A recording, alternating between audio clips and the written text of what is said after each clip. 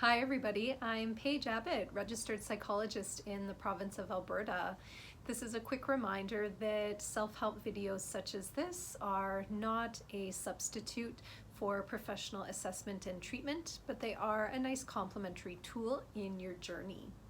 Today I wanted to talk about what therapists need from you as you're participating and showing up for this interesting journey that we call counseling.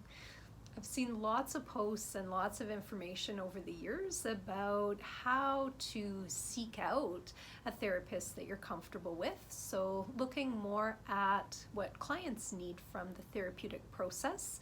And I think that's a really important piece of information that if you are considering therapy for the first time, it is important that you feel educated and informed about how to go through that process in an educated and comfortable and safe way for you.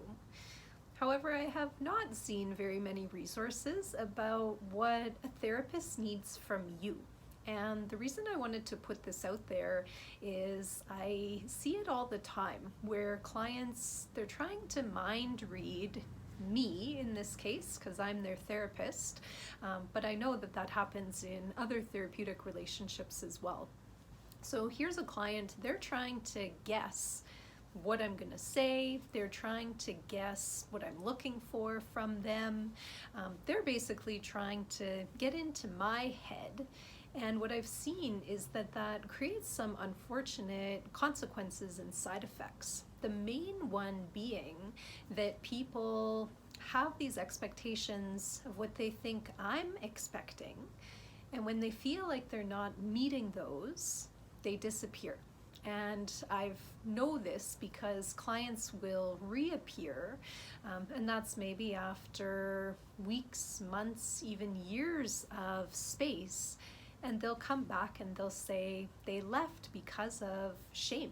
And their shame was telling them that they weren't providing what I needed in the therapeutic relationship. And this always makes me smile in kind of a sad and bittersweet way, because it's indicative that people's shame is overriding their ability to connect and engage even in what's meant to be a very unconditional, non-judgmental, compassionate therapeutic space. So what do therapists need from clients? Well, I want to debunk the myth that we do not need clients to be telling us what we think you want to hear. Meaning, clients think that if they don't go away, if they don't perfectly follow through on recommendations that are provided and find benefit in them, that somehow they're disappointing me or the therapist that they're working with. This is not true whatsoever. When therapists are putting out recommendations, we're almost doing a bit of a science experiment. We also don't know for sure what's going to work or not work in your life and your world. So recommendations are made with the information that we have at the time. But what we're hoping is that you will be kind of a voyager and a scientist, so to speak, in your own life, where you'll try, and whatever barriers or obstacles you run into along the way, we want to hear about those. So the number one thing that therapists need from you is openness.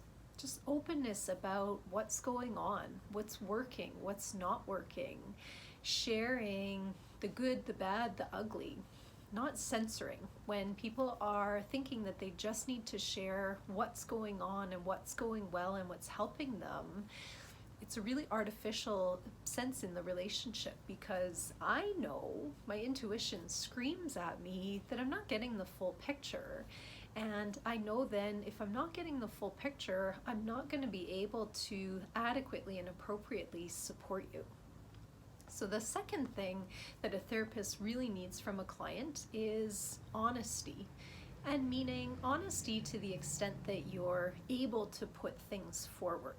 I recognize that for some people, the things that they're saying, they actually believe are true, but that's because of the cognitive and the mental distortions that they're currently experiencing. That's okay. I get that. Again, as the therapist, that's my role, to continue to listen and start to cipher through what's the authentic honesty and where are those thought distortions popping up. But doing your best to put forward your honest version and experience of your reality. Again, I have a lot of clients that sugarcoat things. They gloss over certain pieces of information. They minimize details, basically to protect that shame, because they feel that if they put these details forward, that somehow I'll judge them. I've even had clients say, do you still want to work with me after they've put these things out? And honestly, it's not about the stories or the details or the sharing that would create that ripple in the therapeutic relationship. It's truly only if issues are being shared that feel they're outside of the therapist's scope of expertise that we would even consider having a conversation about transitioning and finding different support. But if you're putting forward your honest reality with someone who's an expert in the issues that you're seeking help on, as much detail as possible is, again, really helpful and really necessary. I love hearing the nitty-gritty details, the things that people are very hesitant to put forward elsewhere. That's the value and the beauty of the therapeutic relationship, is that you can do that in that safe environment. The third thing that as a therapist I really value and appreciate when clients can bring it forward is willingness. Willingness to be open, to be honest, to engage in the self-development journey, both within therapy and also outside of therapy. Now, I recognize that sometimes situations come up and people are more mandated or kind of strong-armed into attending counseling. And there's still benefit to that. There are evidence that shows that people do benefit from counseling when it's more forced upon them. It can just take a little bit longer to build that sense of comfort and rapport and openness and willingness. But eventually that is what will come, is that willingness to participate and to engage. So it's willingness to open up, it's willingness to hear the feedback and the recommendations that are coming forward, and it's willingness to invest in yourself in a different way. So to take different steps, to try things out that maybe you even have tried before, but recognizing that you're a different person now than you were whenever you tried those things, even if that was only a few weeks ago. So being willing to be vigilant in your determination to change and grow. I don't know how these sound or feel for you as you're listening. To me, these are the significant asks from a therapist. If you feel that you can't bring these things to the therapeutic relationship, you know what? That's also okay too. Therapists, we deal with people who are closed and guarded for a variety of reasons all the time. Openness is a bonus. It's nice when it's there. If there's that dishonesty coming from the cognitive distortions, we get that. We see that all the time. If there's hesitance, reluctance, maybe based on some stereotypes that you have about therapy, perhaps based on bad experiences you've had in the past, that's okay too. So the long and the short of it is that therapists, we actually don't need a lot from our clients. If they're there, they've shown up in the room. To me, that action in and of itself shows some degree of openness and willingness, and then we'll see what comes up in the conversation. So just your willingness to make that appointment, show up in that space, or attend that video call, however you're doing it, shows that you're participating in some of these things. I've seen a lot of clients overcomplicate this and get into their heads about what they think their therapist is needing from them. And it's actually not a lot. We just need you to be you and to show up as you are. That's what we're trying to support. That's who we want to work with. We don't need a false or an image managed impression of you. We don't need the ideal version of yourself. We don't need you to be who you think you should be. We just need you to be you. That's what I love about being a therapist, is that I get to see people as they are, and I get to offer unconditional support and positive regard, which means I'll be there to support and care and go along with you in your journey, regardless of what's coming up, regardless of who you are, the background that you have, the personality that you are. All people are very beautiful and unique and interesting in and of themselves. So this is a place to start to build and reinforce that relationship with yourself, just by being in the presence of someone who's willing to accept you as you are. So the Nirvana song, Come As You Are, comes to mind. Please just come as you are to the counseling and therapeutic relationship.